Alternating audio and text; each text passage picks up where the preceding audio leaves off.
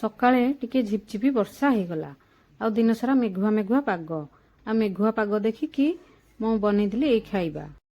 ଉଷୁନା ଭାତ ହେଇଗଲା ପରେ ଷ୍ଟାଣ୍ଡରେ ରଖି ଗାଳି ଦେଇଥିଲି। ତାପରେ ଅଦା, ରସୁଣ, ପିଆଜ, ଟମାଟୋ ଆଉ କିଛି ଗୁଣ୍ଡ ମସଲାରେ କଷି ଦେଇକି କରିଦେଇଥିଲି ମଟର ତରକାରୀ। ମଟର ତରକାରୀ ହେଇଗଲା ପରେ ଗ୍ୟାସଟାକୁ ଅଫ୍ କରିଦେଇଥିଲି। ଆଉ ବାଟିକି ରଖିଦେଇଥିଲି ବିରି ବଟା।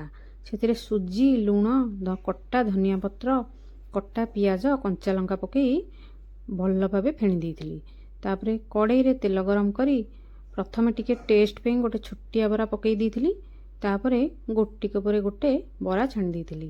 ତାପରେ ଲଞ୍ଚ ଥାଳି ସଜାଡ଼ି ଦେଇଥିଲି ପତିଦେବଙ୍କର।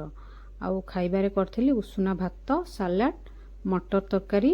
ଆଉ ଆଜି ତ ମାସାନ୍ତ, ବାଇଗଣକୁ କଡ଼େଇରେ ସେକିକି ତାକୁ ଭଲ ଭାବେ ଭର୍ତ୍ତା କରିଦେଇଥିଲି। ଏଇ ଶେଷରେ ଗରମା ଗରମ ବିରି ବରା। ଏଇ ଖାଇବା ହେଇଥିଲା ଆଜି ଖରାବେଳେ ଲଞ୍ଚ ଥାଳିରେ। ସାଙ୍ଗମାନେ, ଏମିତି ମେଘୁଆ ମେଘୁଆ ପାଗରେ ଏଇଭଳିଆ ଖରାବେଳିଆ ଲଞ୍ଚ ଥାଳି ଆପଣମାନଙ୍କୁ କେମିତି ଲାଗିଲା ନିଶ୍ଚୟ ଜଣେଇବେ। ରହିଲି, ଜୟ ଜଗନ୍ନାଥ।